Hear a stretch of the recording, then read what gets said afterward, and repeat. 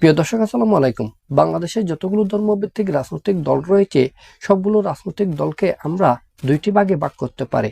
একটি হচ্ছে কওমি গণনার রাজনৈতিক দল, আরেকটি হচ্ছে সুন্নি সুফি গণনার রাজনৈতিক দল। আমরা যদি কওমি গণনার রাজনৈতিক দলগুলোর দিকে তাকাই, তাহলে দেখতে পাবো এই সমস্ত রাজনৈতিক দলগুলোর মধ্যে অন্যতম রাজনৈতিক দল হচ্ছে চরমোনাই পীরের নেতৃত্বে ইসলামী আন্দোলন বাংলাদেশ, আল্লামা মামুনুল হকের নেতৃত্বে বাংলাদেশ খেলাফত মজলিস। যদিও বা এই খেলাফত মজলিসের বিভিন্ন ভাগ রয়েছে, এর বাইরে রয়েছে জমিয়তে উলামায়ে ইসলাম বাংলাদেশ, এটিরও নানা ভাগ রয়েছে। এরপরে রয়েছে ইসলামী ঐক্যজোট, এই ইসলামী ঐক্যজোটেরও নানা ভাগ রয়েছে। এরপরে রয়েছে খেলাফত আন্দোলন।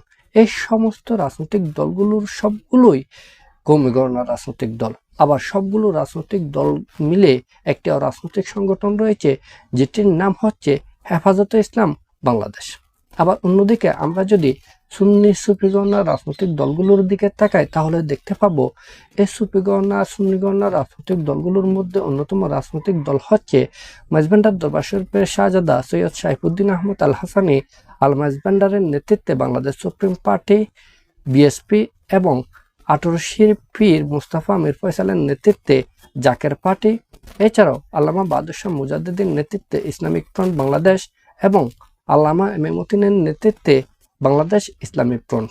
এর বাইরেও অপরাপর ছোট বড় অনেকগুলো ইসলামপন্থী রাজনৈতিক দল রয়েছে, সুফি গণনার, সুন্নি গণনার। আবার এই সমস্ত সকল রাজনৈতিক দলগুলোর সমন্বয়ে যে অরাজনৈতিক সংগঠন রয়েছে, সেটি হচ্ছে আহলে সুন্নাত ওয়াল জামাত বাংলাদেশ। এখন কথা হচ্ছে, যেখানে কওমি গণনার রাজনৈতিক দলগুলো ঐক্যবদ্ধভাবে আগামী জাতীয় সংসদ নির্বাচনে অংশগ্রহণ করার জন্য এখন থেকে প্রস্তুতি গ্রহণ শুরু করেছে, সেখানে সুন্নি সুফি গণনার রাজনৈতিক দলগুলো কোন পথে এগোচ্ছে আগামী জাতীয় সংসদ নির্বাচনকে সামনে রেখে? আমাদের মনে হয় এই সমস্ত রাজনৈতিক দলগুলো এখনো পর্যন্ত সিদ্ধান্ত নিতে পারেনি আগামী জাতীয় সংসদ নির্বাচন নিয়ে। সবগুলো রাজনৈতিক দল স্বতন্ত্রভাবে নিজস্ব শক্তিতে এগিয়ে যাওয়ার চিন্তাতেই নিমগ্ন রয়েছে এখনো পর্যন্ত। আমরা এটি বাংলাদেশ সুপ্রিম পার্টি বিএসপির ক্ষেত্রে যেমনইভাবে বলতে পারে, তেমনইভাবে ইসলামিক ফ্রন্ট এবং জাকের পার্টির ক্ষেত্রেও বলতে পারে। তবে নির্বাচন যেহেতু আরো অনেক দেরি আছে, সেহেতু এই রাজনৈতিক দলগুলো যে ঐক্যবদ্ধ হবে না, একথাও আমরা বলতে পারি না। তবে এক্ষেত্রে যে বিষয়টি জটিলতা সৃষ্টি করবে, সেটি হচ্ছে নেতৃত্ব। এই সমস্ত রাজনৈতিক দলগুলোর মধ্যে এমন কোনো ক্যারিসমেটিক নেতৃত্ব নেই যে নেতৃত্ব সবগুলো রাজনৈতিক দলকে ঐক্যবদ্ধ করতে পারে। সবাই সবার মতো করে সামনের দিকে এগিয়ে যেতে চায়।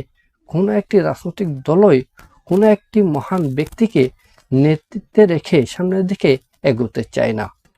যদি আগামী জাতীয় সংসদ নির্বাচনে কওমি গণনার রাজনৈতিক দলগুলো ঐক্যবদ্ধভাবে মাঠে নামে, আবার অন্যদিকে সুন্নি সুফি গণনার রাজনৈতিক দলগুলো ঐক্যবদ্ধভাবে মাঠে নামে, তাহলে বিএনপির ভোট ব্যাংকে বড় ধরনের চ্যালেঞ্জের সম্মুখীন হবে।